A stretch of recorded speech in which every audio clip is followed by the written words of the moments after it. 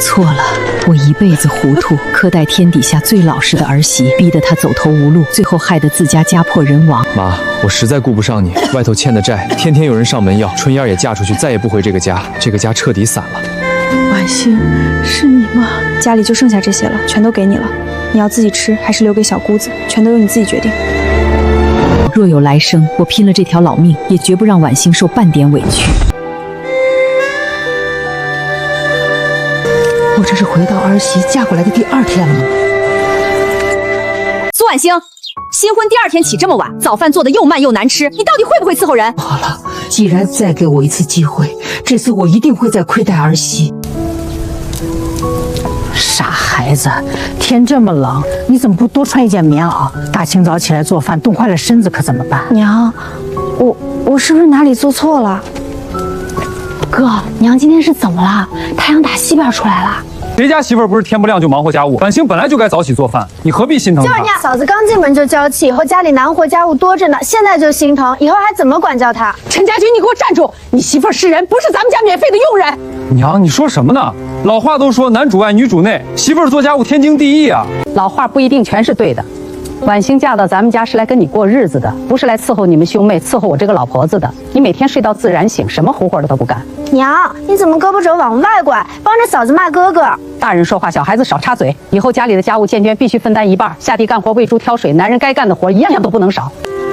娘，没事的，我不累，家务我自己做就可以。傻孩子，不用硬撑。在这个家里，以后有我在，没人敢再使唤你、欺负你。娘，你真是变了，以前你明明最疼我和春慧。以前是我糊涂，现在我清醒了。陪嫁是婉欣婚前自己的东西，1分1毫都属于她自己，不经别人同意私自拿东西就是偷。我的的确新布料怎么不见了？这是我娘家唯一给我的陪嫁，我舍不得穿，一直存着。婉欣，怎么了？是不是哪里不舒服？没事，娘，没丢东西。春燕，你身上这块布是哪里来的？我自己攒钱买的，跟嫂子没关系。你一个没上班的姑娘就谨小简拜废物，实话实说，是不是偷拿你嫂子的陪嫁？拿了又怎么样？嫂子在帮她嫁过，以娘你从来都我。娘，就是一块布，不知道拿多少钱。婉欣大度一点。闭嘴！陪嫁是婉欣婚前自己的东西，1分1毫都属于她自己，不经别人同意私自拿东西就是偷。立刻把布料还给你嫂子，另外扣掉你这个月全部粮票，好好反省自己的错误。你别急，现在彻底不疼我了。娘给我等，因为我妈向着你，你就能才是她的亲生女儿。妈只是暂时被你蒙蔽而已。赶紧夹着菜去旁边站着吃，别这里碍手碍脚的。按规矩，你不能坐桌子吃饭，懂吗？婉欣，你去哪儿？过来坐桌上一起吃饭。娘，不行的，村里规矩，女人不能上桌吃饭，我站着吃就好。娘，你糊涂了。自古以来都是男人上桌吃饭，女人和小孩靠边站。嫂子刚进门可不能坏了规矩。是啊，娘，全村都是这个规矩，咱们家不能搞特殊，让人看笑话。婉欣，你就按老规矩来，别让外人戳咱们家脊梁骨。笑话是真正热待自家媳妇儿，是不讲人心冷暖。什么破规矩？规矩是人定的，不合情理的规矩就该废掉。可是隔壁王家、李家皮缝怂都不上桌啊！妈也是人，我站这个样背是的。规矩不能坏，是不发剩饭站着吃。别人家怎么做我管不着，往后在我陈家，媳妇儿和全家一样，堂堂正正上桌吃饭，谁都不许再提女人不上桌这套歪理。快吃，以后1日3餐你都坐桌上，不用看人脸色。娘，谢谢您。娘，你这样迟早让全村人议论。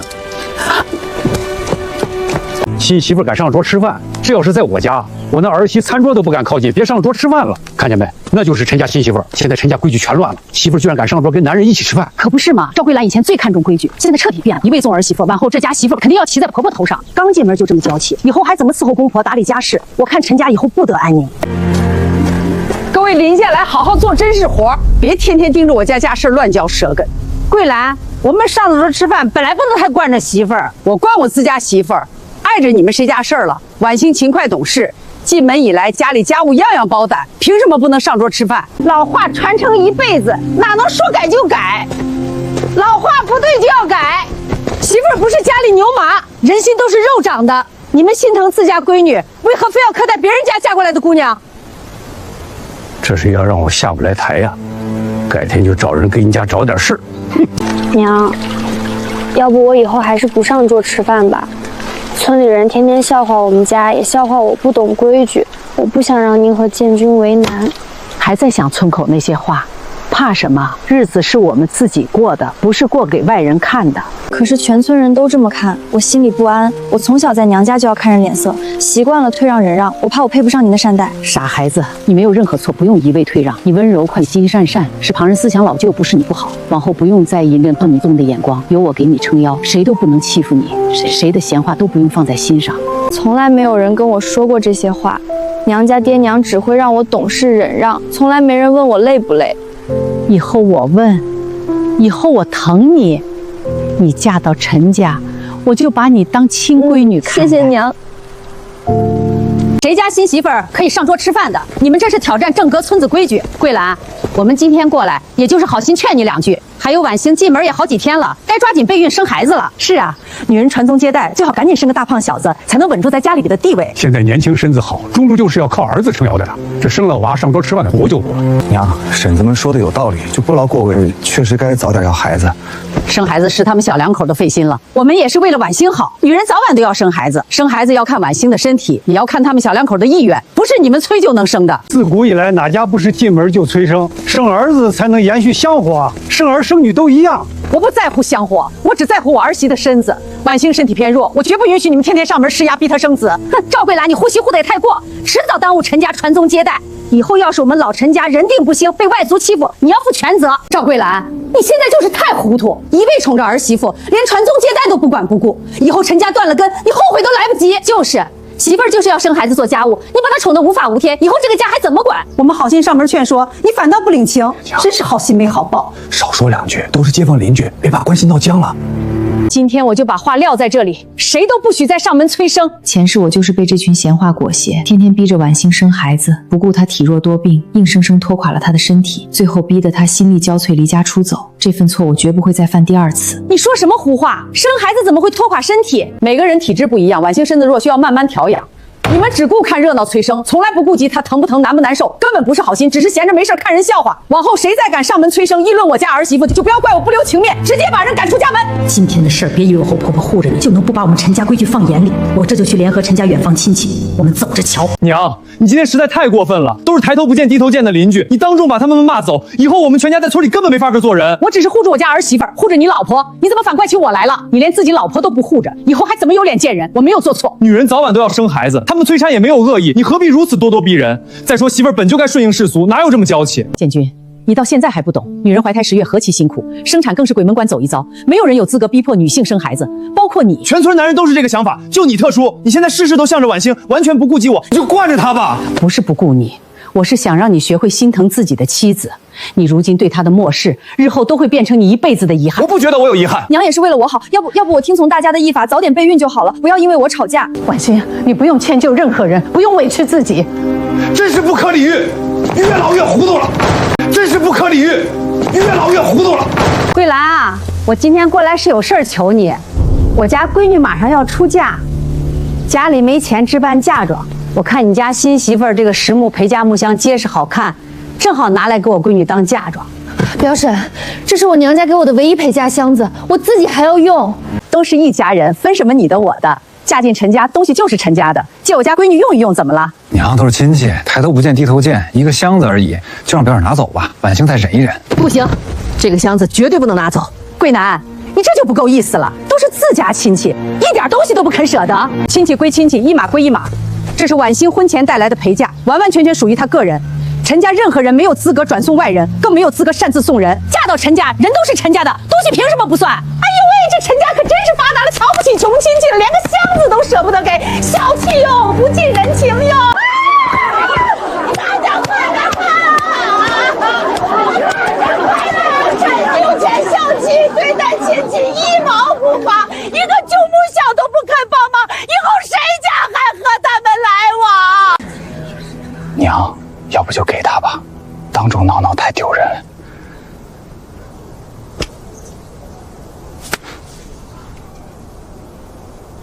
我陈家不丢人，丢人的是上门明目张胆索要别人私产。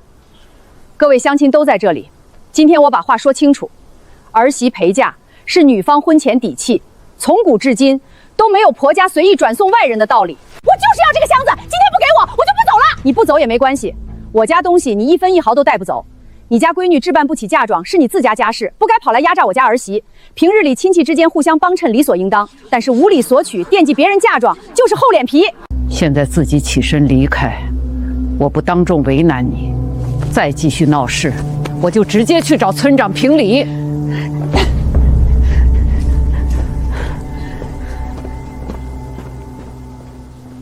娘，你今天彻底把表婶得罪死了，往后家里红白新事，所有亲戚都会排斥我们。你非要为了一个箱子断了所有亲戚往来吗？就是娘，你现在眼里只有嫂子，所有亲戚、所有家人都不重要了。以后我们家在亲戚圈彻底抬不起头。我得罪的不是亲戚，是贪得无厌的恶人。真正的亲戚不会上门惦记新媳妇儿的贴身陪嫁。说到底就是一个箱子，不值多少钱，何必如此较真儿？这不是箱子的问题，是底线问题。今天我能让出他的木箱，明天亲戚就能索要他的撂挑的工资，往后所有人都能肆无忌惮欺负婉星。对不住，是我不好，都怪我。要是我没有这个木箱，就不会惹出这么多麻烦。娘，建军，对不起。婉星，你没有任何错，不用道歉。错的是贪心的亲戚，是拎不清的家人。我还是觉得你太偏激，太护着媳妇儿。你现在不懂没关系，总有一天你会明白我所有的苦心。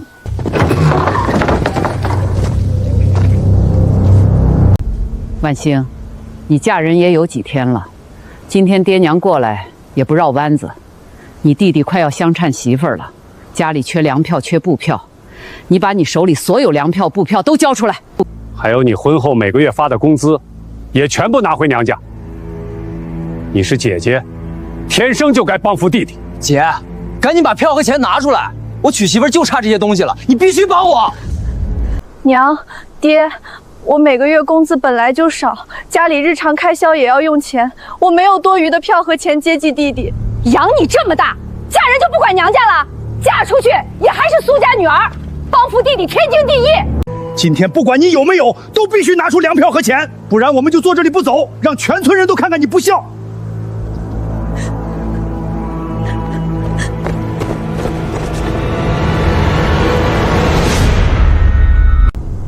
各位亲家，有什么话好好说，没必要逼迫自家闺女。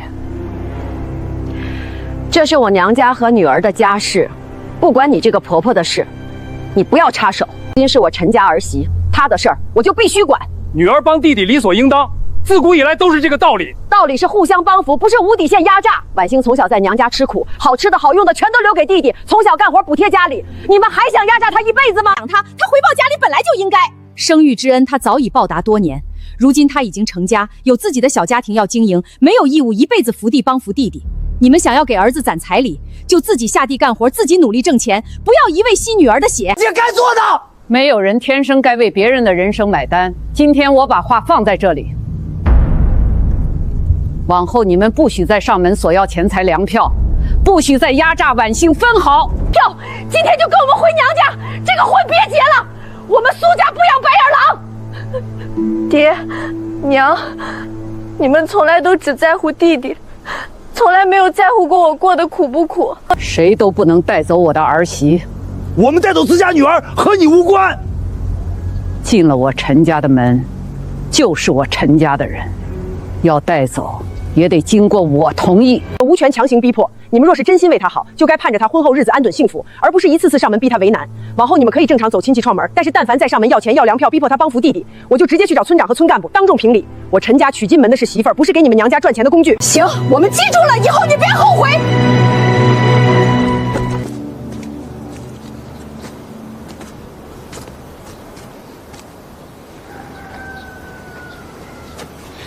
哥，你看看现在这个家，早就变天了。你又开始说这些。以前娘最疼你疼我，现在眼里只有嫂子。为了嫂子，得罪邻居，得罪亲戚，得罪亲家，我们一家人全都要跟着受牵连。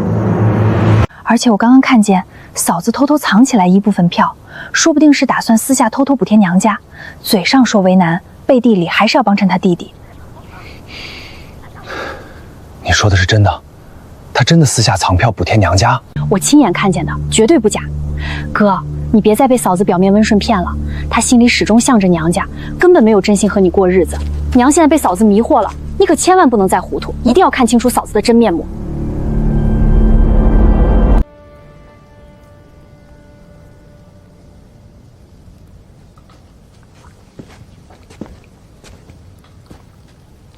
建军，忙了一天，喝点热水暖暖身子。不用假好心，你心里根本就没有这个家。你为什么突然这么说？我哪里做错了？你是不是偷偷藏了家里的粮票，打算悄悄拿回娘家，补贴你弟弟？我没有，我从来没有藏过粮票，我一分一票都没往娘家拿过。春燕亲眼看见，你还要狡辩？平日里看着老实温顺，背地里心思这么多。你宁愿相信妹妹的一面自信，也朝夕相处的我吗？无风不起浪，我现在分不清你哪一面是真，哪一面是装出来的。往后家里的钱粮票统一交给我保管，你不许再私自触碰。我真的没有。我不想听你解释，早点休息吧。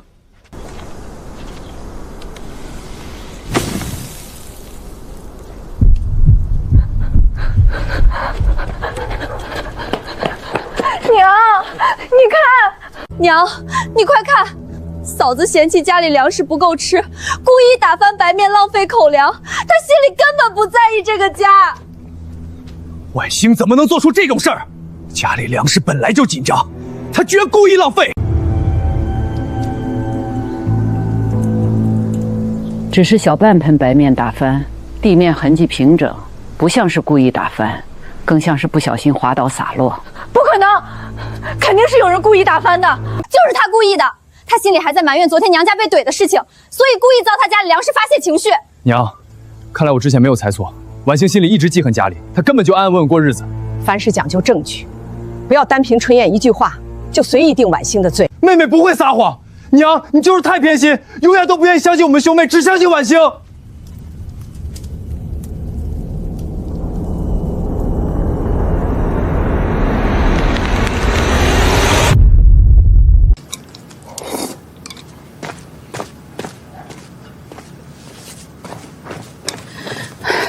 建军啊，夫妻哪有隔夜仇？别再怄气了。建军，你不要一直冷落婉星，事情还没有查清楚，不要一直冷战伤人。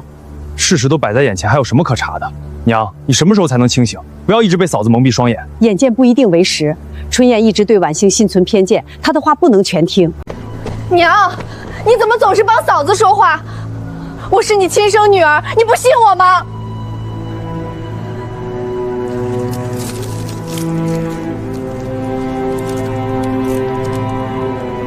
我谁都不偏袒，我只相信真相。够了，娘，你不用再辩解，我心意已决。往后我会看好家里钱粮，不会再让他有机会私下补贴娘家。建军，我再说最后一遍，我从来没有藏票，也没有补贴娘家，你信不信我都无所谓了。我不信。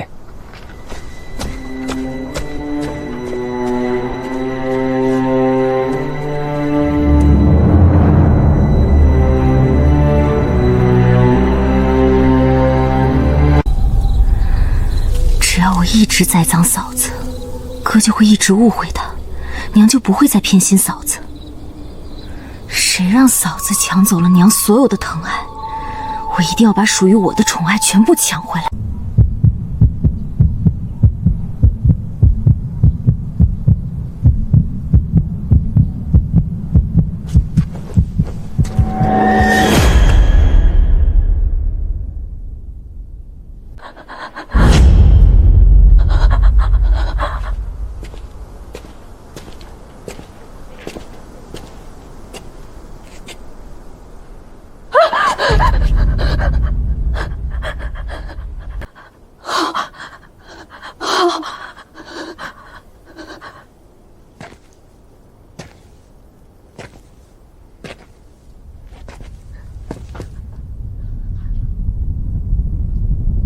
娘，我错了，我不是故意的，我就是一时糊涂。我一直以为你只是任性，没想到你满心算计，恶意挑拨兄妹婆媳关系，屡次栽赃陷害婉星。春燕，娘说的是真的吗？所有事情都是你撒谎编造的，你故意冤枉你嫂子。哥，也是一时糊涂，我就是嫉妒嫂子抢走了娘对我的疼爱，我不想娘再也不疼我了。我对你的疼爱从来没有少过半份儿，只是我不再纵容你的自私和蛮横。你凭空捏造嫂子藏粮票，补爹娘家，又故意打翻白面，栽赃陷害，害得他们夫妻冷战多日。婉星，是我不好，我不该听信妹妹谗言，不分青皂白误会你，冷落你这么久。没事儿，误会解开就好了。我知道错了，可是我就是不甘心。不甘心就要害人吗？往后不许再挑拨哥嫂关系，不许再冤枉嫂子。若是再有下次，我必定严厉惩罚你。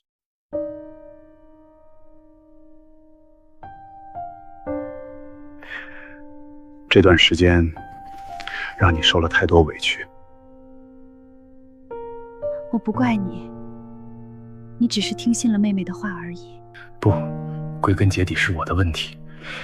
我一直思想老旧，觉得媳妇儿理应包容一切。遇事从来不愿意相信你，习惯性偏袒自己家人，一次次让你受委屈。以前我总觉得娘变得不可理喻，现在我终于明白，娘一直都在帮我看清家人心性，帮我留住真心待我的妻子。遇事从来不愿意相信你，习惯性偏袒自己家人，一次次让你受委屈。以前都是我亏欠你太多，往后我慢慢弥补你。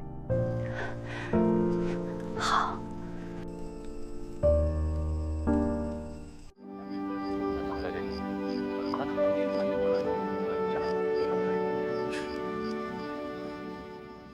如今家里矛盾不断，春燕总是挑拨是非，建军之前也拎不清。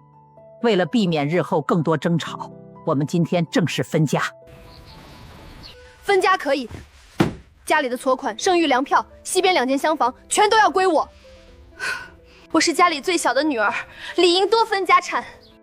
娘，春燕年纪小，日后还要出嫁置办嫁妆，弟分给她一部分家产也可以。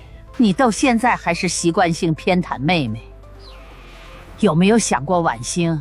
小两口刚成家，正是需要家产过日子的时候。我是亲生女儿，嫂子是外人，家产本来就该不分给我。没关系，家产我可以少分一点，我无所谓。不行，该是你们小两口的东西，一分都不能少。分家讲究公平，更要顾及刚成家的晚辈。娘，我听你的安排，公平分家就好。我不同意，凭什么？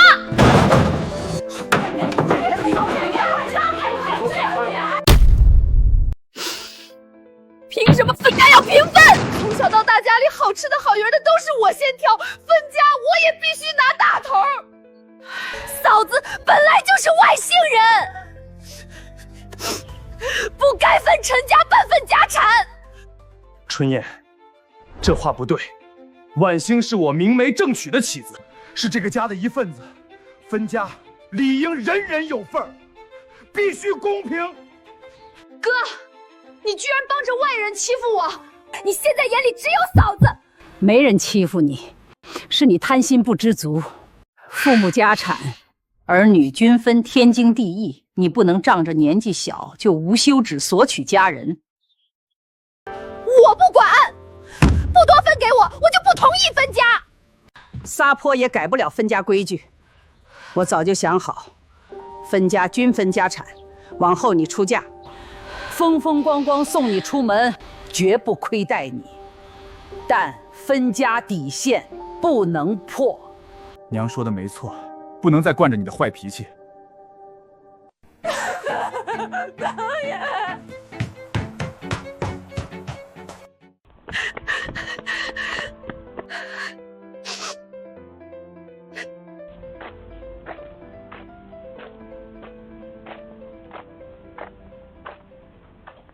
春燕，这是跟家里闹别扭了？好好的分家，怎么哭着跑出来了？大娘，我娘和我哥都不要我了，分家什么都不肯多给我。傻丫头，这事儿大娘都看在眼里，从头到尾都是你不懂。之前你3番5次撒谎冤枉嫂子，挑拨你哥嫂感情，你娘都没狠心罚你。分家本就该公平，哪有女儿独占家产的道理？我是家里老小，本来就该多拿东西，嫂子一个外人，凭什么分家产？婉欣勤快温顺，进门没享过一天福，天天包揽全家农活家务，还被你一次次刁难。换做别家媳妇儿，早就闹翻天了。你娘一直护着你，只是不再纵容你的贪心罢了。我才没错，本来就是他们偏心。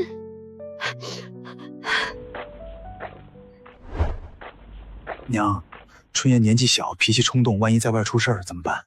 要不我们多分她一点东西，把她接回来吧。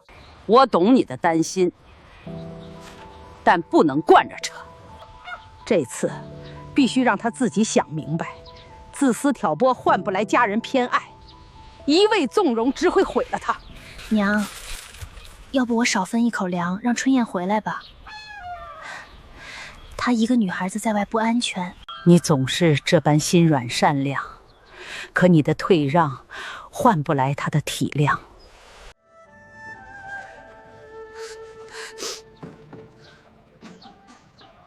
咱们把分家账目说清楚，不留半点糊涂账。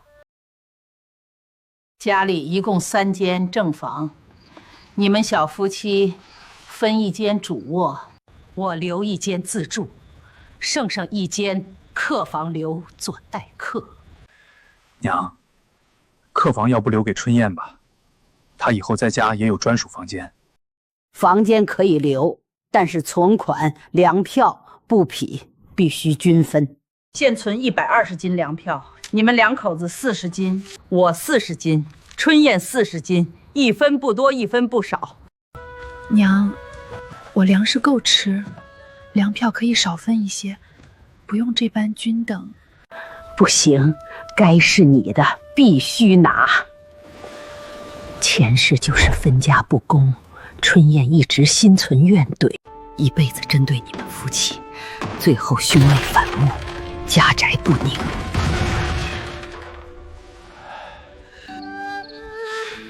以前我总帮着春燕为难婉星，现在才明白，长久偏心才是家里矛盾的根源。娘，我全都听你的，公平分家最好。我不是不疼春燕，她出嫁的时候，我会额额拿出我的私房钱。我懂了，娘，你考虑的周全，是我之前太糊涂。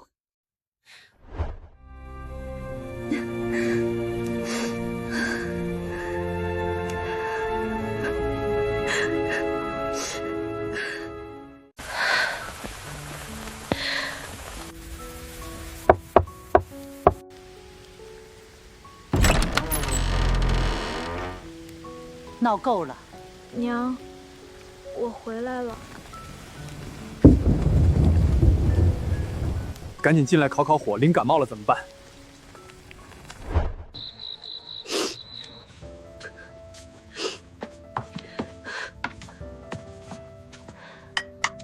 喝点姜汤暖暖身子，别着凉了。嫂子，我今晚好好休息，明天我们继续敲定分家事宜。我再说最后一遍，我从来没有偏心任何人，对你的疼爱从没有减少，只是我不会再纵容你的自私和恶力挑拨。我知道，我之前看见嫂子处处让着我，天天娘给我准备丰厚嫁妆，我心里其实早就后悔了。知错就改就好，一家人没必要一直针锋相对。可我还是拉不下脸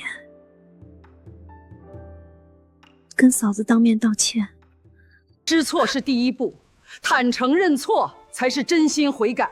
逃避解决不了任何问题，伤害已经造成，一句道歉是最基本的弥补。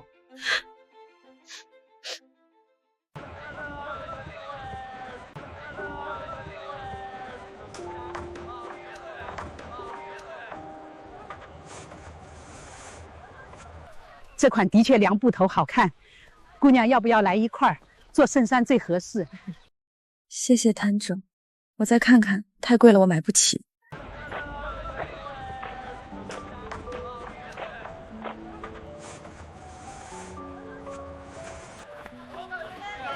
你明明也喜欢好看的布料，为什么从来不舍得给自己买？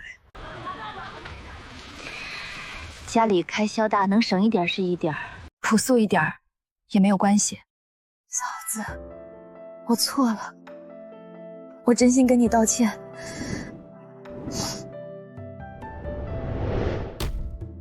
我嫉妒娘疼你，一次次撒谎栽赃你，挑拨你和我哥的感情，还在分家的时候无理取闹，处处为难你。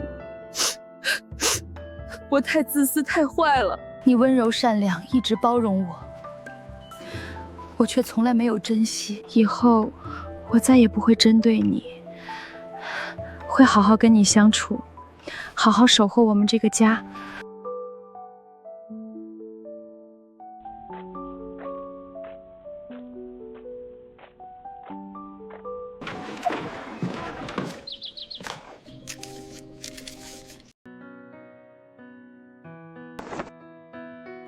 婉星，我看你平日里擅长针线活儿，集市上针线布匹生意一直红火，我想拿出全部私房钱和布票，支持你赶集摆摊儿。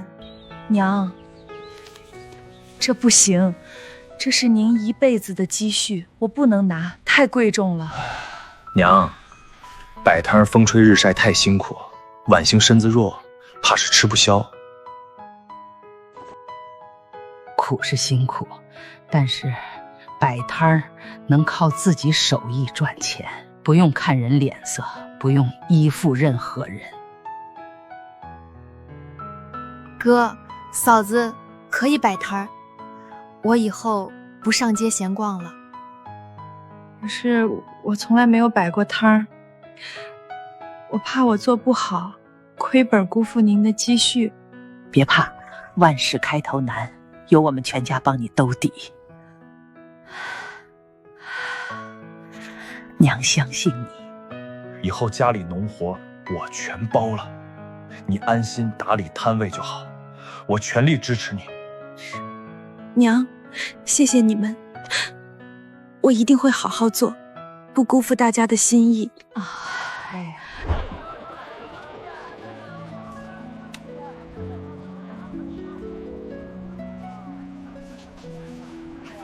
这个看一看，瞧一瞧，针线布头，物美价廉，手工缝补，细致牢靠。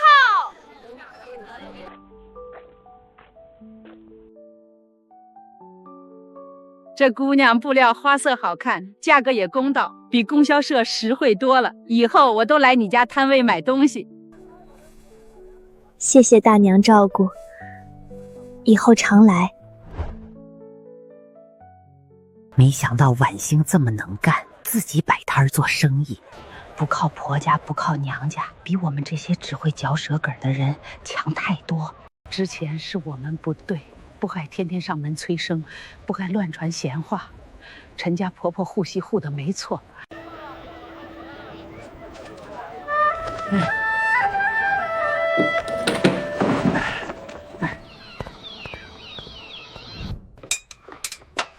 婉星，今天摆摊辛苦了，多吃点肉补身子。以前是我愚昧迟钝，往后余生，我永远站在你这边。嫂子，以后我永远是你小姑子，再也不会给你添任何麻烦。我们一家人好好过日子。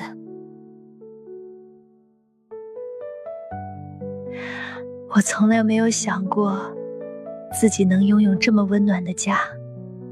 谢谢娘，谢谢你们所有人。前世我糊涂护短，苛待良习，家破人亡，众叛亲离。这一世我重新赎罪，护儿媳，教儿子，改女儿，化解所有家庭矛盾。一家人贵在包容，贵在同心。往后无猜忌，无纷争，岁岁平安，阖家安康就够了。